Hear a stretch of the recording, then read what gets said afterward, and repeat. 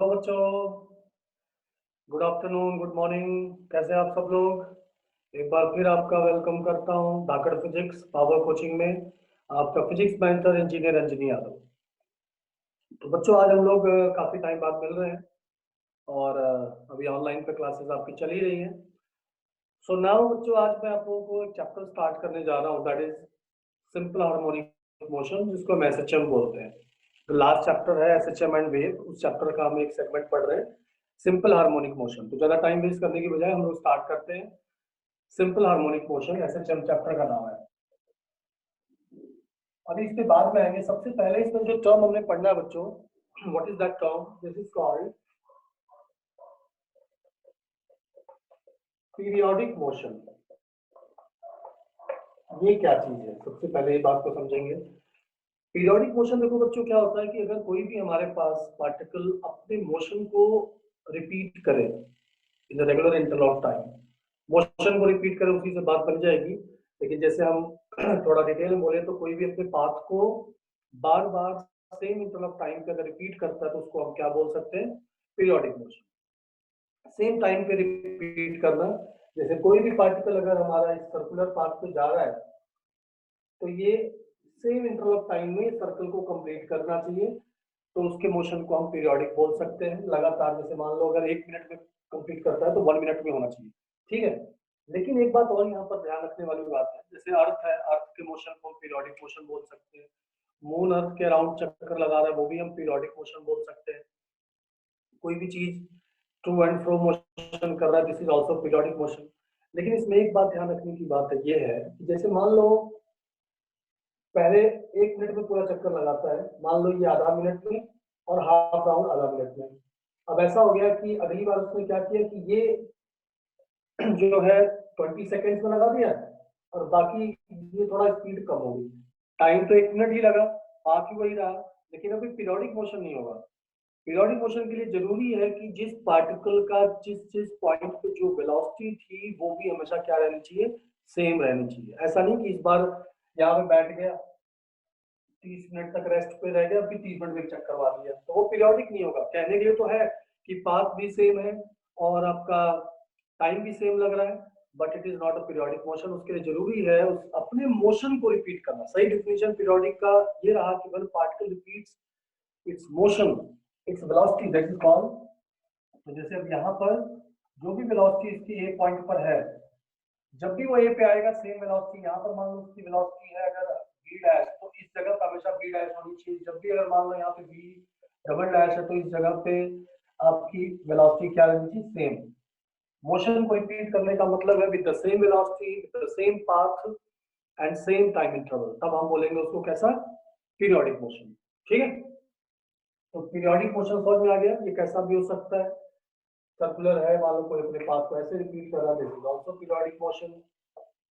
ठीक है, कोई इस तरह से स्ट्रेट जा रहा है, up and down, this is also periodic motion. तो ये पीरियोडिक मोशन रहा। ठीक है बच्चों, तो हर तरह का motion repeated motion is called a periodic motion. अब बच्चों, इस पीरियोडिक मोशन में एक स्पेशल टाइप हो जाता है, जिसको हम बोल सकते हैं हार्मोनिक मोशन। हार्मोनिक मोशन बोल दो, चाहे ऑसिलेटरी मोशन बोल दीजिए, वाइब्रेटरी मोशन भी बोल सकते हैं। ये अलग टाइप का पीरियोडिक, इसमें भी अपने मोशन को रिपीट करता है, लेकिन round trip to and fro motion होगा। यानी कि पार्टिकल इधर गया फिर वापस आया, फिर इधर वापस आया, तो अपने मोशन को ये भी रिपीट कर रहा है, बट एक कंप्लीट क्लोज लूप नहीं बना रहा है। ये लीनियर टाइप ऑफ मोशन है, चाहे एंगुलर भी हो सकता है। कोई पार्टिकल इधर आया, इधर गया, फिर वापस, ऐसे ऐसे। जैसे आपने देखा होगा, पेंडुलम देखा होगा, वो इस तरह से मोशन कर रहा था, वो हार्मोनिक मोशन हो गया। ये भी एक पीरियोडिक मोशन का ही टाइप है, क्योंकि मोशन रिपीटेड कहीं पर भी हो रहा है, रिपीटेड मोशन, तो उसको हम पीरियोडिक बोल सकते हैं। लेकिन अगर वो एक लीनियर फॉर्म में या एंगुलर इस तरह से जा रहा है, तो उसको हम क्या बोल देंगे, harmonic motion. You can say harmonic motion is a type of periodic motion. एक स्टेटमेंट भी होता है कि all harmonic motions are periodic but all periodic motions are not harmonic. जैसे ये हार्मोनिक मोशन, ये भी सब पीरियोडिक है, ठीक है, बट ये आपका पीरियोडिक तो है बट हार्मोनिक नहीं है, ये पीरियोडिक तो है बट हार्मोनिक नहीं है। तो हार्मोनिक एक तरह से एक special type of periodic motion को बोलते हैं। क्लियर, ये बात समझ में आ गई। अब आप बात बोलोगे कि सर फिर हार्मोनिक मोशन और सिंपल हार्मोनिक में क्या अंतर है?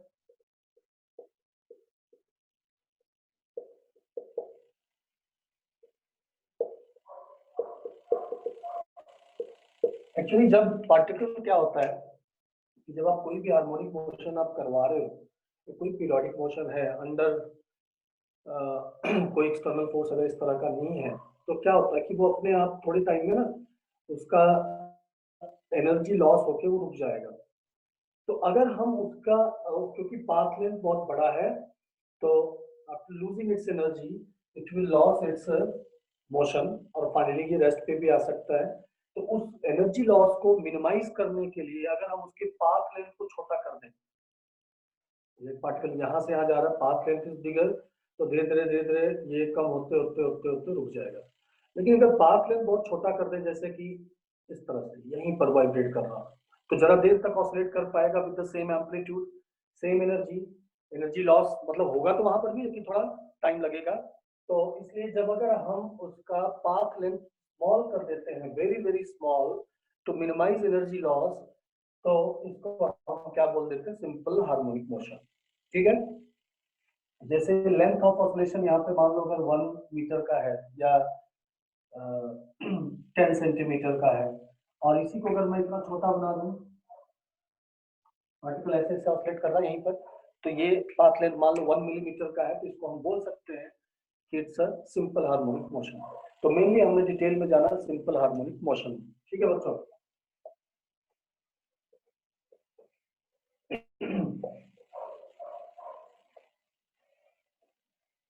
एसएचएम में बच्चों देखो, सबसे पहले तो कुछ समझो इसको डायग्राम वाइज, फिर इसको मैथमेटिकल एक्सप्लेनेशन में दूंगा आपको।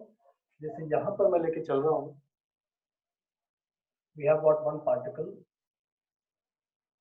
यहाँ से चलना शुरू करता है और ये यहाँ पर जाते जाते फाइनली किसी पॉइंट पर जाके उसकी वेलोसिटी जैसे जाएगा, और फाइनली इसकी वेलोसिटी 0 हो जाएगी।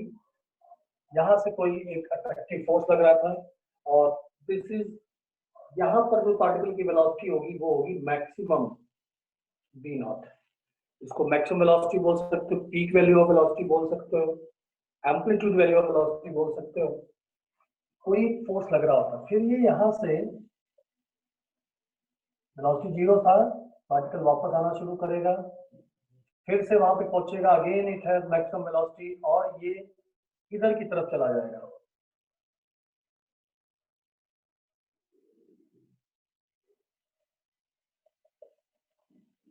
ये तो ये जो पोजीशन थी जहां से जिसके अराउंड ये ऑसिलेट करता है, मीन पोजीशन बोलते हैं इसको, and these two positions are called extreme. Extreme position, ये भी एक्सट्रीम पोजीशन बोलते हैं। ठीक है, तो पार्टिकल इस तरह से इधर जाएगा, इधर से इधर आएगा, फिर ये आया, इधर गया, फिर यहाँ से फिर वापस आएगा, और इस जगह मैक्सिमम वेलोसिटी होती है, एक्सट्रीम पोजीशन पे velocity of the particle become 0। Clear, यहाँ तक बात समझ में आई है? ये वर्टिकल में दिखा रहा हूँ, इसी को हॉरिजॉन्टल दिखा रहा हूँ। वैसे एक लाइन पे ही होगा, वो मैंने सर्कल ऐसे बनाया कि आपको देखने में समझ में आ जाए। ऐसे गया, फिर वापस आया, फिर उसके बाद फिर नीचे गया, फिर वापस आया, फिर इस तरह से ये ऑसिलेट कर रहा है इस पॉइंट पे। ठीक है, तो this is your one complete cycle of this periodic motion. One oscillation बोलेंगे इसको। मीन से एक्सट्रीम पे जाना, एक्सट्रीम से वापस मीन पे, मीन से एक्सट्रीम, एक्सट्रीम से mean, this is called one oscillation. ठीक है, ये वन ऑसिलेशन हो जाएगा कंप्लीट, ये पाथ अगर हो गया तो। अब देखिए बच्चों, यहाँ से जो मैक्सिमम एक डिस्टेंस तक जा पाएगा, इसकी पोजीशन जो मैक्सिमम हो पाएगी, this is called amplitude of the particle. जैसे पार्टिकल की किसी टी टाइम पर पोजीशन ये है, y is the position of the particle at time t, ये तो y की मैक्सिमम बढ़ती हुई वैल्यू को क्या बोलेंगे हम? ए, एम्पलीट्यूड। ये भी ए होगा, ये भी ए होगा, ये भी ए होगा। यू कैन से in one oscillation it travels 4a distance travel करता है। डिस्प्लेसमेंट हमेशा 0 रहेगा और टोटल वो ट्रेवल जो करता है कितना होगा? 4a। ठीक है, ए और ए। तो maximum displacement of particle one side from the mean position is called amplitude of the particle. ठीक है, एट टाइम t इतना रहा। अच्छा, पूरे एक ऑसिलेशन में जो टाइम लगता है उसको बोलते हैं टाइम पीरियड। तो टोटल टाइम t लगा, तो यहां से यहां तक का टाइम जो होगा t/4, t/4, t/4, t/4। हर एक पार्ट का टाइम बिल्कुल सेम रहेगा। ठीक है, और एम्पलीट्यूड ए रहा तो टोटल टाइम इस पे लगा t, तो यहां से यहां तक का t/4, यहां से यहां तक, यहां से यहां तक, यहां से यहां तक। इस डायग्राम से आपको काफी कुछ समझ में आ जाएगा। Okay, each parts are identical but every part is a uniform motion नहीं है, एक्सेलरेटेड या रिटार्डेड मोशन है। क्योंकि वेलोसिटी आपकी यहाँ v नॉट थी, वहां पे हुई 0, तो वेलोसिटी चेंज इन वेलोसिटी का मतलब है ये यहाँ पे एक्सेलरेशन या रिटार्डेशन होगा। इस पार्ट में रिटार्डेशन हो रहा है, फिर यहाँ से अब तक एक्सेलरेशन, फिर यहाँ से अब तक रिटार्डेशन, फिर यहाँ से अब तक क्या हो रहा है? एक्सेलरेशन हो रहा है। यहाँ पर कम हो रही वेलोसिटी, यहाँ से ऐसे जा रहा है। तो ये उस मोशन की तरह मत लेना कि हम बॉल ऊपर फेंकते नीचे आता, वो इतना ही तक है। लेकिन ये बॉल ऊपर जाके यहाँ पर आके खत्म नहीं होता, नीचे भी जाएगा फिर इधर आएगा। यानी हर तरफ से आप एक तरह का फोर्स लगा रहे हैं। जब ये इधर जाता है तो आप इसको पीछे की तरफ पुल करते हैं, फिर 0 हुआ और पीछे की तरफ पुल करें तो वापस आएगा। लेकिन it has got a velocity now, तो अब यहाँ पे रुकेगा नहीं, इधर निकल जाएगा। लेकिन फिर आप पुल कर रहे हो तो इधर जाके फिर वापस आएगा। तो ना आप इधर इसको जाने देते हो इधर, तो उसी के बीच में ऑसिलेट होता रहता है। ये आपका सारा पार्ट रहा। ठीक है, जैसे बोलो time taken by particle to reach from mean to mean position, तो क्या बोलोगे? t/2। वन साइकिल का t हो गया, यहाँ से यहाँ तक का t/4 हो गया, एक्सट्रीम से मीन तक आने का t/4, मीन से एक्सट्रीम तक जाने का t/4। ठीक है, तो इस तरह से ये सारे पार्ट्स आपके हैं।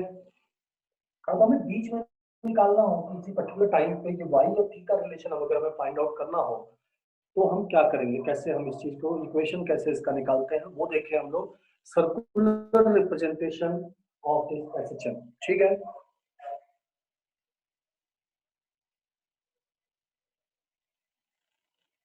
ये एसएचएम को हम रिप्रेजेंट कर रहे हैं इस सर्कल से। ओके, अगर हम वर्टिकल ऑपरेशन y वाला लेते हैं तो ये टाइम 0 है, t टाइम पे पार्टिकल मान लो यहाँ पर है, ये इसका वर्टिकल डिस्प्लेसमेंट है y, और ये y आपका फाइनली इंक्रीज होते होते होते होते कहाँ पे पहुंच जाएगा? ये आपका मीन पोजीशन रिप्रेजेंट कर रहा है and it is representing extreme position. ठीक है, एक्सट्रीम से वापस मीन पे आया और मीन से वापस एक्सट्रीम पे, एक्सट्रीम से वापस मीन पे। तो ये चारों, पहला पार्ट ये रहा, दूसरे वाला पार्ट इधर आया, तीसरे वाला पार्ट ये रहा, चौथा पार्ट आपका ये रहा। तो चारों पार्ट यहाँ पे आपको दिख रहे हैं। तो इस y को अगर हम माने कि एक्सट्रीम तक गया तो y की वैल्यू देखो इस जगह पे वर्टिकल देखना आपने। ठीक है, तो y की वैल्यू इस जगह पे आपकी ऊपर थोड़ा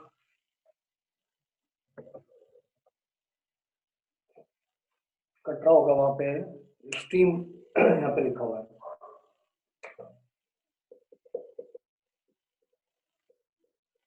तो ये मैक्सिमम एक्सट्रीम पोजीशन ये आपका ये है।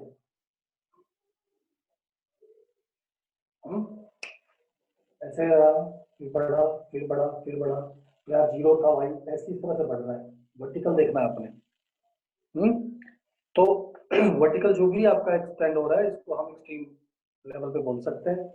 अब y को इस a के साथ रिलेट करना हो तो हम यहाँ पर अगर इसको लिख लें ऐसे, तो ये भी a होगा, radius of the circle this is a, और ये एंगल को अगर हम थीटा लिखें तो y/a इक्वल टू कितना होगा बच्चों? sin theta, तो y equals to a sin theta. But this theta is variable. If we assume कि angular velocity of the particle, angular velocity समझते हो ना? रोटेशन में आप लोगों ने किया, angular velocity अगर ओमेगा है तो थीटा अगर टी टाइम में कितना हो जाएगा इसका, a sine omega t. If it is starting from here, that is zero position से वो शुरू हो रहा है, टाइम जीरो है, वाई भी इस जगह पे क्या है, जीरो है, और वो टी टाइम बाद ये वाई उसका रहा, ये उसका पार्टिकल का, तो इस तरह से आपका ए साइन ओमेगा टी रहा। ठीक है बच्चों, एनी प्रॉब्लम, क्लियर, समझ में आ रहा है सारा? तो ये आपका मैथमेटिकल रिप्रेजेंटेशन रहा इसका कि पार्टिकल एसएचएम का इक्वेशन क्या रहा। अच्छा, अब हम ये बोलते हैं, यहाँ पर अगर हम इस चीज को थोड़ा सा अप्लाई करके देखें कि t/4 टाइम में, अगर मान लेते हैं टाइम पीरियड इज t/4, क्योंकि ओमेगा क्या होता है 2π/t, तो t/4 टाइम में अगर हम ये देखें पार्टिकल की पोजीशन क्या होगी, तो यहाँ पे आप देख लो t/4 टाइम में कितना हो जाएगा, y किसके इक्वल हो जाएगा, y बढ़ते बढ़ते किसके इक्वल हो जाएगा, a के। तो यहाँ पे t की जगह t/4 पुट करें, अगर एक मैं एग्जांपल दूं यहाँ पर, ओमेगा 2π/t, फिर t की जगह पे क्या लिखूंगा, t/4, because I want to find position of the particle after time t/4 starting from 0। तो यहाँ से t कट गया, 2 से 2 कट गया, तो y equal to a sine π/2 आया, यानी that is equal to a। तो पार्टिकल पोजीशन कितनी आ गई, a आ गई, यानी वो कहाँ पहुंच गया, यहाँ पे। तो इससे बिल्कुल परफेक्ट मैच भी हो रहा है ना दोनों तरफ का। मान लो बोलता हूँ ये यहाँ से यहाँ तक पूरा आने में कितना होगा टाइम, t/2, t/2 के बाद इसकी पोजीशन देखें तो देखो t/2 रखोगे, यहाँ बच जाएगा आपका पाई, और साइन पाई की वैल्यू कितनी होती है, 0, है ना।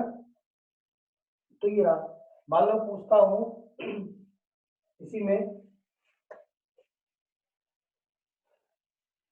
at what time particle will be half of its amplitude position, किस टाइम के बाद पार्टिकल अपने एम्पलीट्यूड पोजीशन के आधे पर आ जाएगा, मिड पॉइंट।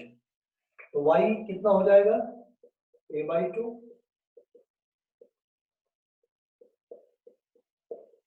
ए और ए कट गया, 1/2,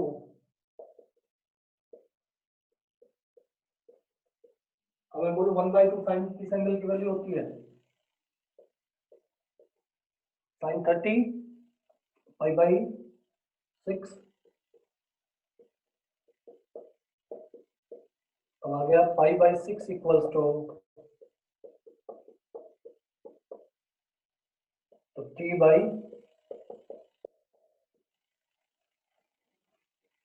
है ना। तो किस टाइम पर, t/12, t/12 टाइम पर वो कहां पर होगा, half of the mean position. ठीक है, यहाँ स्टार्टिंग फ्रॉम मीन, यानी यहाँ से इसके हाफ हाइट के बराबर कब हो जाएगा, या यहाँ से देखो मिड पॉइंट तक कब आ जाएगा वो, when it is at a time t/12, t0 से अगर स्टार्ट होता है तो t/12 पे, मतलब टाइम पीरियड का 1/12 पे आपका वो कहाँ पे पहुंच जाएगा, हाफ ऑफ एम्पलीट्यूड पोजीशन पे आ जाएगा। अब मैं बोलूं मिड पॉइंट से ऊपर जाने का टाइम कितना हो जाएगा,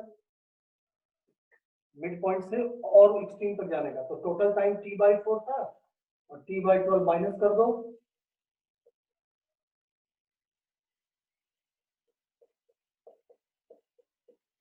t/6 आ जाएगा। यानी कि यहां से यहां तक का हमेशा t/12, और ये अपर हाफ से लोअर हाफ चाहे जा रहा हो चाहे आ रहा हो वो सेम रहेगा, t/6। यहाँ से आप फिर से t/12, और फिर यानी मीन से first half t/12, and mean से मतलब सेकंड हाफ जो होगा t/6 होगा। तो इस तरह से कोई भी आप पार्ट आप इसमें कैलकुलेट कर सकते हो बच्चों, it's not very tough thing, very easy equation है आपका, इसमें आप लोग निकाल सकते हैं कोई भी पार्टिकल का। अब देखो कई बार ऐसा होता है कि particle is not starting from zero angle, let it be, ये आपका एंगल है 30 डिग्री, और पार्टिकल t इक्वल 0 पे यहाँ पर है।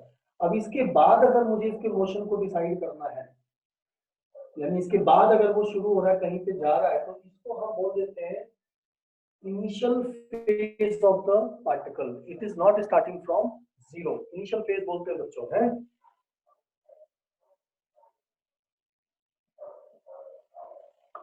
तो इनिशियल फेज आपका ये रहा, यानी कि 30 डिग्री तो पहले था, t0 के बाद मान लो t equal to T time पे पहुंचा, तो यहाँ पर जो पोजीशन होगी उसकी, इस जगह से आप स्टार्ट कर रहे हैं, तो ये पोजीशन अब आपका यहाँ पर आ जाएगा ओमेगा टी, एक्स्ट्रा जो गया वो ओमेगा टी गया प्लस 5, ये 5 उसका इनिशियल फेज है, इसी को बोलते हैं 5।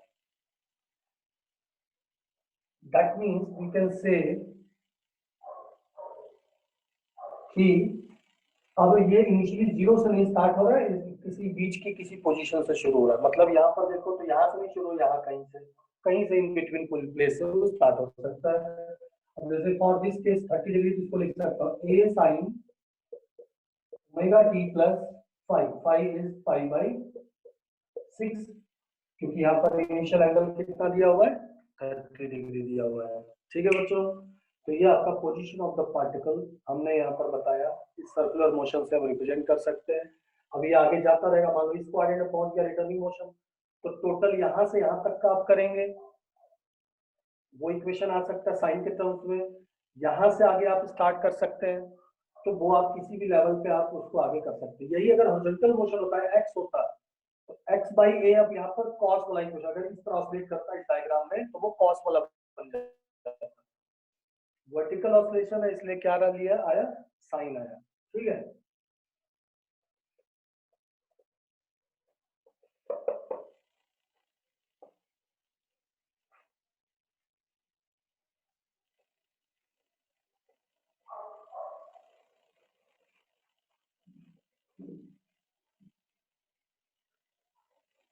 तो बच्चों हमारे पास जो पार्टिकल ऑसिलेट कर रहा है उसकी पोजीशन का तो हमें आ गया इक्वेशन। ठीक है, y equal to A sine omega T, t0 वाला ही लेके चल रहा हूँ। ठीक है, प्रॉब्लम सॉल्विंग में मैं वो चीजें लेके आऊंगा, फेज वगैरह सब। ये पार्टिकल की पोजीशन थी। I want to find velocity of the particle doing SHM, जो पार्टिकल एसएचएम कर रहा है उसकी मैं वेलोसिटी निकालना चाहता हूँ बच्चों, ये वाला भी, ये वेलोसिटी कैसे कैसे चेंज होगा। तो you know it very well, अगर हम पोजीशन को डिफरेंशिएट करें तो क्या आ जाएगा, वेलोसिटी आ जाएगा। तो velocity is dy by dt, so d by dt of a sin omega t, so this will be a omega cos omega t, sin omega t का cos omega t, ओमेगा आ गया। ये जो term है आपका a omega, इसी को आप क्या बोल सकते हो, maximum value of the velocity, यानी ये साइन कर्व है तो ये कौन सा कर्व आ गया, कॉस कर्व आ गया, ये कॉस पर डिपेंडेंट, यानी दूसरे के अपोजिट है। जब ये मिनिमम होगा तो मैक्सिमम होगा, जब ये मैक्सिमम होगा तो मिनिमम होगा। आप देख लीजिए मीन पोजीशन पे अगर हम बात करें मैक्सिमम वेलोसिटी वहीं पर होगी, मीन पोजीशन का मतलब t इक्वल टू 0 पुट कर दो,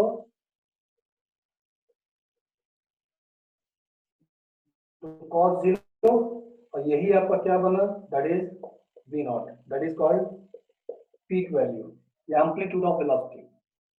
एम्पलीट्यूड ऑफ पोजीशन ए होता है, वेलोसिटी का मैक्सिमम ये होता है, a omega cos omega T.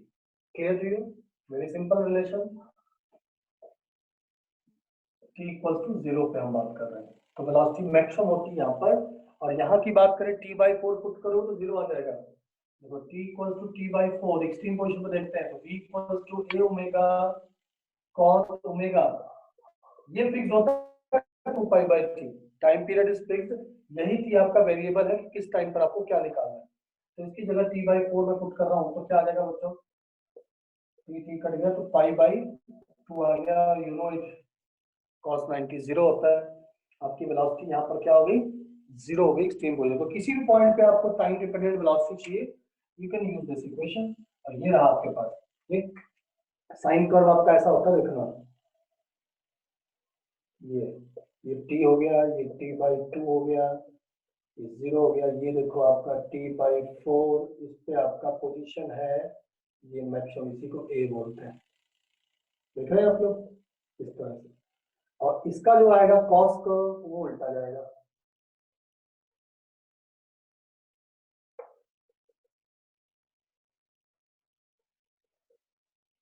यानी टाइम 0 पे वो मैक्सिमम होगा, यहाँ पे 0 पे 0 था, यहाँ पे मैक्सिमम है।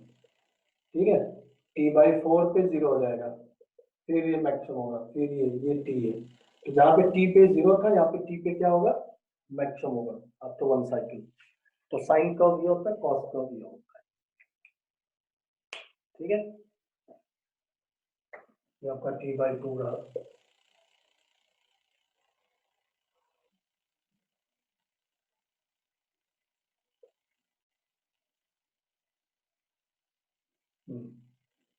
थोड़ा अगर आप आगे पीछे हो गए तो अलग अलग समझ लेना इसको, है।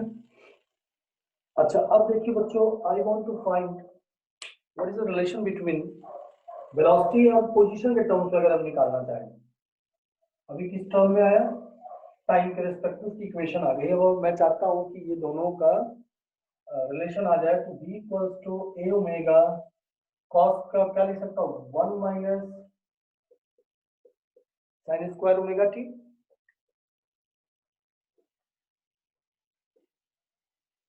साइन ओमेगा टी है y बाई ए, तो यहाँ पर आ जाएगा y बाई ए का whole square. Finally you can say a omega under root A square minus Y square upon A square आएगा। ए बाहर आ जाएगा, ए और ए कैंसिल भी हो जाएगा। थोड़ा जल्दी समझना आप लोग, हैं।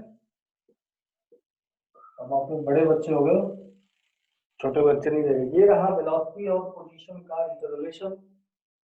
इससे भी आपके वही आंसर आएंगे। अब मीन पोजीशन पे y क्या होगा, 0। बाहर आएगा तो क्या आएगा,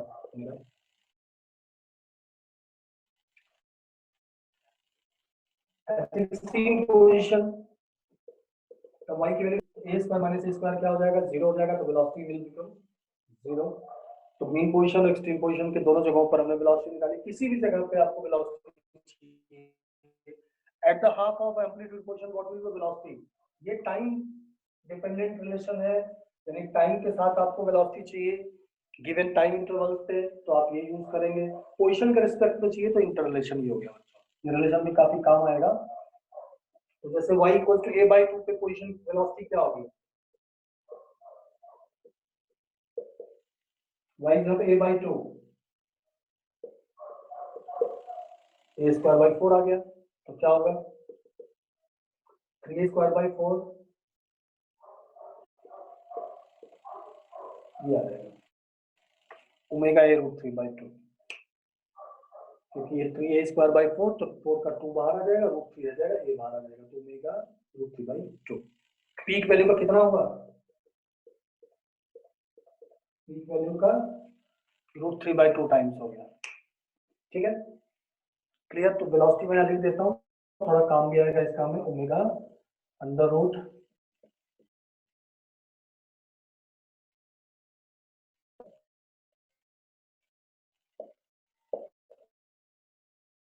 a square minus, if we have got velocity of the particle, then we can also find what acceleration of the particle, क्योंकि velocity constant तो है नहीं। देखो velocity is variable, time dependent, velocity is changing, so you can say there is acceleration। तो क्या होगा acceleration, dv by dt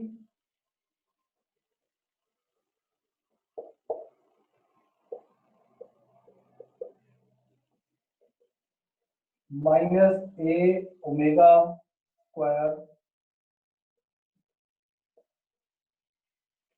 ये direct लिख दिया मैंने। a ओमेगा तो पहले से था, cos ओमेगा t का क्या आएगा, minus sign omega T into omega, तो उस ओमेगा का यहाँ पे आ गया। तो this is your equation for acceleration. आप देख रहे हैं नेगेटिव साइन रिप्रेजेंट हो रहा है। ठीक है, तो नेगेटिव का मतलब है इसका डायरेक्शन की हम बात कर रहे हैं। अब इसको देखो थोड़ा सिंप्लीफाई करो, वाई के साथ रिलेट करो अगर, तो ये हो जाएगा माइनस ए साइन ओमेगा टी। इसलिए आप क्या पुट कर सकते हैं, Y. It is always opposite to the displacement। जिधर आप डिस्प्लेसमेंट ले रहे हो उसके हमेशा अपोजिट होगा। ठीक है, जो भी वाई, तो आपका ए है proportional to minus of Y. ये बड़ा इंपॉर्टेंट रिलेशन है बच्चों, इसी से आगे बहुत कुछ होना है। ठीक है, क्लियर, कोई दिक्कत। यानी ये भी कैसा इक्वेशन है, साइन वेव है लेकिन निगेटिव साइन है। तो ये ऐसा रहेगा, यानी पोजीशन का जो भी होगा वाई वाला, वाई टी कर्व जो होगा, और ये वी टी कर्व है, तो ये ए टी कर्व होगा, पोजीशन का हमेशा अपोजिट, ये आपका रहेगा। ठीक है, इक्वेशन फॉर्म में आ गया, एक्सेलरेशन का वाई के साथ रिलेशन, वेलोसिटी का रिलेशन आ गया, ये सारा कुछ आ गया। इन पे काफी क्वेश्चंस आते होते हैं, बस ये पूछ लेंगे। अब जैसे पूछ ले, बताओ मीन पोजीशन पे एक्सेलरेशन कितना होगा एट मीन पोजीशन, और acceleration is also time dependent, यानी कि ये यूनिफॉर्मली एक्सेलरेटेड मोशन नहीं है, it's non uniform accelerated motion है, ये टाइम डिपेंडेंट एक्सेलरेशन है। जैसे हम वर्टिकल मोशन पढ़ते थे उसमें एक्सेलरेशन कांस्टेंट होता था, जी होता था, दैट इज 10, बट यहाँ पर ऐसा नहीं है, ये टाइम डिपेंडेंट है, पोजीशन डिपेंडेंट है, यानी वेरिएबल एक्सेलरेशन है। तो एक्सेलरेशन मीन पोजीशन पे कितना होगा, y 0, तो एक्सेलरेशन भी क्या रहेगा 0। एक्सट्रीम पोजीशन पे y will maximum, acceleration will maximum, but होगा हमेशा टुवर्ड्स मीन पोजीशन, इसका डायरेक्शन है टुवर्ड्स मीन पोजीशन। ठीक है, तो बच्चों ये हमने आपको ये सारी बात बताई। अब एक चीज यहाँ पे लगे, यहाँ और बताना चाहूंगा मैं आपको, अगर यही जो लीनियर एसएचएम है, इसकी जगह एंगुलर एसएचएम होता, तो ये आपका एंगुलर एसएचएम में पोजीशन की जगह पे थीटा होता, theta naught sign omega T. Velocity होता, ये वेलोसिटी भी कैसी होती, एंगुलर वेलोसिटी होती। ठीक है, तो अब यहाँ पे एंगुलर वेलोसिटी हमने ऑलरेडी रख रखा है। एक्सेलरेशन भी कैसा होता, अब acceleration a equals to omega square y है, तो वहां पर हम एक्सेलरेशन को लिख देते हैं अल्फा, दैट इज क्या हो जाएगा माइनस ओमेगा स्क्वायर, y की जगह पे क्या होगा थीटा, लीनियर, ये आपका एंगुलर।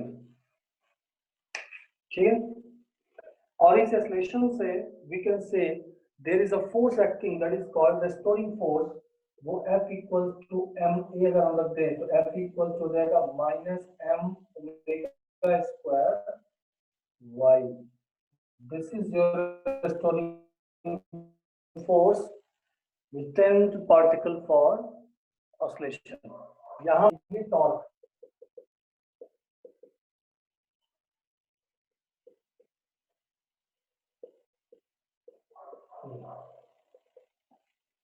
रेस्टोरिंग टॉर्क, यानी एंगुलर ऑसिलेशन होगा तो ये टॉर्क लगेगा, लीनियर हो रहा है तो force, this is called restoring force, this is called restoring torque. यहाँ पर मास होगा, मास से वहां पे क्या हो जाएगा आई, तो ये आपका रेस्टोरिंग फोर्स होता है। तो कभी भी किसी बॉडी का अगर आपने ऑसिलेशन टाइम पीरियड कुछ भी कैलकुलेट करना है तो you need to search a restoring force. Second part of this chapter will be that, इसको दो सेगमेंट्स में पढ़ाऊंगा, पहला सेगमेंट सिर्फ इक्वेशंस एंड सेकंड सेगमेंट्स में finding time period of different kind of bodies doing SHM. ठीक है बच्चों, ये बात याद रखना। अब आगे देखते हैं, तो we have find this acceleration, velocity, सब कुछ आ गया हमारे पास। ना बच्चों फास्ट रिवीजन है ये, ठीक है, बहुत डिटेल में नहीं मैं वो कर रहा हूँ, फास्ट वे कि आपके स्कूल एग्जाम्स के लिए बस काम में आ जाए। अच्छा, अब मैं जो पार्टिकल एसएचएम कर रहा है उसकी वेलोसिटी, एक्सेलरेशन, पोजीशन आ गया, अब उसकी एनर्जी निकालते हैं। तो सबसे पहले देखते हैं kinetic energy of the particle क्या होगा। तो काइनेटिक एनर्जी का फॉर्मूला क्या होता है भैया, half m v square, particle का मास m है, वी स्क्वायर यहाँ पे आप पुट कर दो,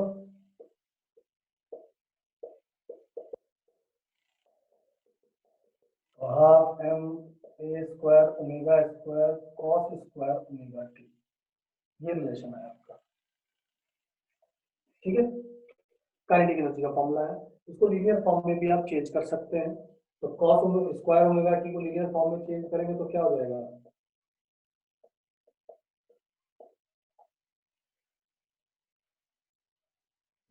या यहीं से देख लो या इसको चेंज कर लो। कॉस टू थीटा का फॉर्मूला पता है ना, two cos square theta minus one होता है, तो ये इधर आ जाएगा, तो आ जाएगा one plus cos 2 omega t by 2। इसको अगर देखें तो cos 2 theta plus 1 equal to 2 cos square theta, तो कॉस स्क्वायर थीटा को मैं लिख सकता हूँ कॉस थीटा प्लस 1/2। तो वही चीज मैंने यहाँ पे 1 प्लस कॉस 2 ओमेगा t/2। तो ये आपका फाइनल रिलेशन है। इसको 2 को बाहर लिख देंगे तो k will be 1/4 m omega square a square 1 plus cos 2 omega t। Time dependent relation रहा काइनेटिक एनर्जी का बच्चों। चाहे इसको यूज कर लो चाहे यही आप यूज कर ले, कोई दिक्कत वाली बात नहीं। जैसे t0, अब t इक्वल्स टू 0 पे अगर हम बात करें kinetic energy of the particle क्या होगा, तो यहाँ पे t की वैल्यू 0 पुट करो तो ये cos 0 हो जाएगा। cos 0 की वैल्यू कितनी होती है 1, 1 प्लस 1 2 हो जाएगा, 2 से 2 कट जाएगा तो क्या आ जाएगा half m omega square a square. Equation number t की वैल्यू पुट करो, you will get your answer.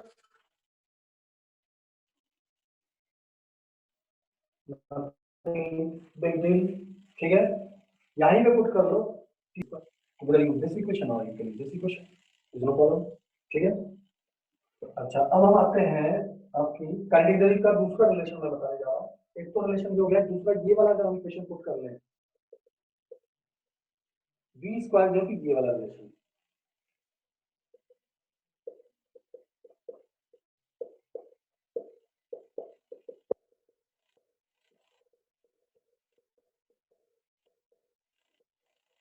ये काइनेटिक एनर्जी आ गया in terms of position. What will be kinetic energy at mean position? Mean position का मतलब y0 रख दिया तो क्या बचा half omega square a square. और y0 कब था जब t0 था, यहाँ से भी वही t पुट किया था 0 तो वही सेम आया था, है ना। What is the kinetic energy at extreme position? Extreme पे आप क्या पुट करेंगे y इक्वल्स टू a, तो काइनेटिक एनर्जी वहां पे क्या हो जाएगी 0, क्योंकि वहां वेलोसिटी भी 0 है ना। तो वेलोसिटी 0 हो जाती है तो काइनेटिक एनर्जी 0 हो जाएगी। वैसे डायरेक्ट इसका अपना रिलेशन भी आ गया। तो दिक्कत, तो this is your kinetic energy. हमने इस फॉर्मूले को पुट करके ये निकाल दिया। नाउ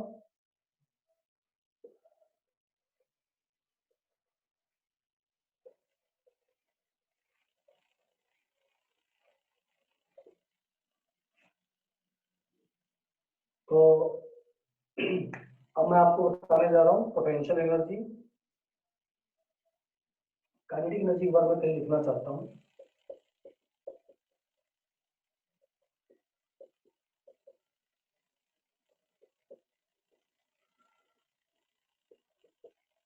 दूसरा रिलेशन था, ये दो इक्वेशन आ गए काइनेटिक एनर्जी के। तो बच्चों बात करने जा रहा हूँ पोटेंशियल एनर्जी की बात करते हैं। हम पोटेंशियल एनर्जी क्या रहा, work done by restoring force is stored in the form of potential energy against restoring force. Work done by external force is stored as a potential energy, ठीक है, external force against restoring force. तो देखो हमारा force क्या था, restoring force का formula क्या आया था, एक्सेलरेशन लिखा हुआ है ना, यही था। तो वो अगर इधर लग रहा है तो हमें एक्सटर्नल फोर्स किधर लगाना पड़ेगा, उधर लगाना पड़ेगा। तो वो हो जाएगा f external into d y. कितना होगा external force, that is m omega square y d y. तो एम ओमेगा स्क्वायर आपका कॉमन बाहर आ जाएगा और y का integration y square by 2। So work done is half m omega square y square. This is stored in the form of potential energy half m omega square y square. ये direct relation आ गया इस वाले term को, kinetic energy ये हो गया और potential आपका ये आ गया, ठीक है। y की वैल्यू ये वाली पुट कर देगा हम,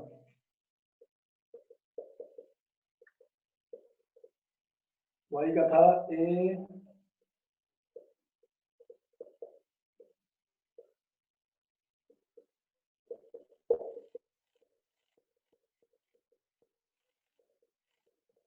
आ गया, टाइम डिपेंडेंट रिलेशन आ गया। अब बच्चों यहाँ पर अगर इसको भी चेंज करें तो ये आ जाता है, जैसे आता 1 प्लस कॉस 2 ओमेगा टी था ना, तो इसका भी फॉर्मूला होता है वही कॉस 2 थीटा का। तो यहाँ पे आ जाएगा 1 माइनस बाई टू का यहाँ पे आ जाएगा 4। तो whether you can use this. अब जैसे यहाँ पे पोटेंशियल एनर्जी बात करें मीन पोजीशन पे, यहाँ पे पुट कर दो y 0, पोटेंशियल एनर्जी क्या रहेगी, 0 रहेगी, है ना। यहाँ पर भी पुट करके देखो, मीन पोजीशन का मतलब टाइम 0 है, t 0 पुट करोगे तो cos 0 1 होता, 1 माइनस 1 क्या हो जाएगा, 0 हो जाएगा। एक्सट्रीम की बात करें, एक्सट्रीम पोजीशन पे पोटेंशियल एनर्जी मैक्सिमम होनी चाहिए क्योंकि वहां वेलोसिटी 0, पोजीशन इज मैक्सिमम, तो half omega square a square आएगा। यहाँ पे पुट करके देखो, t/4 रखोगे, सारा सॉल्व करो तो ये आपका जो आ जाएगा 1/2 कुछ आएगा, यहाँ पर आ जाएगा 1/2 m omega square a square, ये माइनस 180 आ जाएगा, 180 से माइनस माइनस क्या हो जाएगा प्लस, करके दिखाऊं, 1 minus cos 2 omega 2 pi by t, किस टाइम पर, t/4 पे।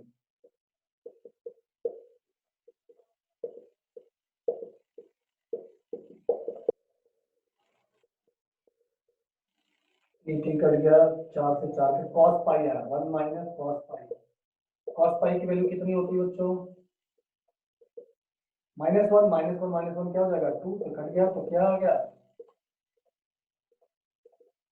तो थोड़ा सा एनालिटिकल भी डायग्राम याद रखना, थोड़ा सा ब्रेन यूज करेंगे तो question will be very easy, ठीक है। तो जहां पे काइनेटिक मैक्सिमम होता है वहां पर पोटेंशियल आपका मिनिमम होगा, जहां पे पोटेंशियल मैक्सिमम होता है वहां पे काइनेटिक मिनिमम होगा, दोनों एक दूसरे के अपोजिट चलेंगे। और यहाँ 2 आने का मतलब है कि पोटेंशियल एनर्जी और काइनेटिक एनर्जी की जो फ्रीक्वेंसी होगी डबल होगी, ठीक है, क्योंकि ये भी चेंज होता रहेगा ना, वेरिएबल है। अच्छा, तो ये हो गया भैया दोनों बातें। अगर मैं दोनों को जोड़ दूं तो फाइनली क्या आएगा, if we add kinetic and potential, तो ये वाला पार्ट कट जाएगा, यहाँ पे 1/4 ओमेगा स्क्वायर a स्क्वायर 1/4, तो ये आ जाएगा 1/2 m omega square a square आ जाएगा, that is its total energy, ठीक है। चाहे इस पे देखो, अब टोटल एनर्जी दोनों को जोड़ दो तो क्या आएगा, total mechanical energy of the particle doing SHM क्या होगा, kinetic plus potential,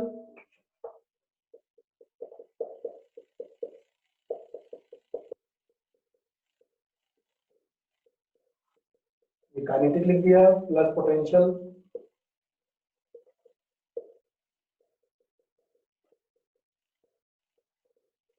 omega square common हो गया, a square minus y square plus y square, ये कट जाएगा, तो टोटल एनर्जी कितना हो गया, half m omega square a square. और इसमें देख रहे हो y का कोई फैक्टर नहीं आ रहा है, इट शोज कि total energy of the particle, total वो हमेशा क्या रहेगा, कंजर्व रहेगा, कांस्टेंट रहेगा, कंजर्वेशन ऑफ एनर्जी यहाँ पे फॉलो हो रहा है, तो half m omega square a square, it is total energy is always constant. और वैसे भी जोड़ के देख लो, मेन पोजीशन पे काइनेटिक एनर्जी मैक्सिमम होती है half omega square a square, potential क्या होता है 0, दोनों को जोड़ोगे यही आएगा।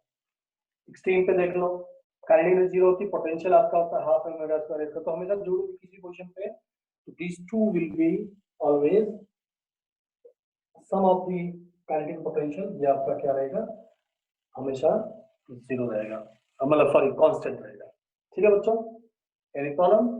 तो ये सारी बातें थी यहाँ पर, ठीक। तो ये लीनियर एसएचएम और रेगुलर एसएचएम आपका ये इक्वेशन रहा, सारा कुछ आपके पास। यहाँ पर मैं आपको एक बार बता देता हूँ थोड़ी सी बात, ठीक है, एक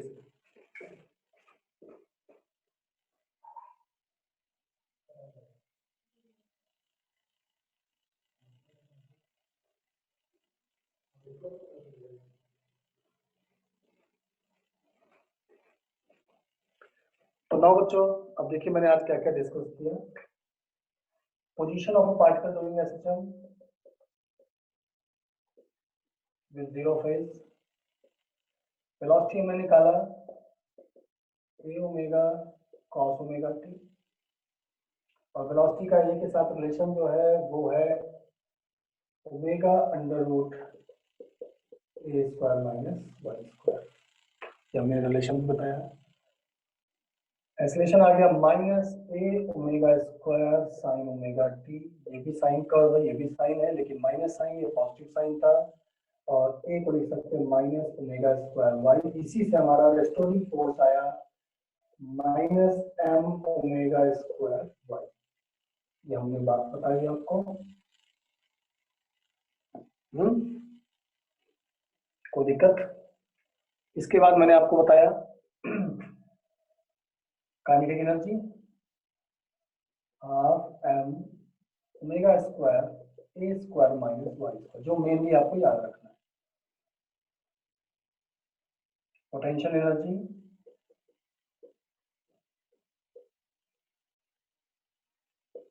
Y square, total energy of the particle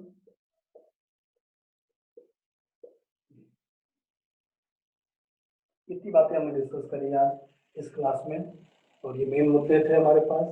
इसका इनके दूसरे रिलेशंस भी आपको पता ही है, वो भी लिख देता हूँ। अभी लिखा था हमने 1/4 एम ओमेगा स्क्वायर, फिर क्या था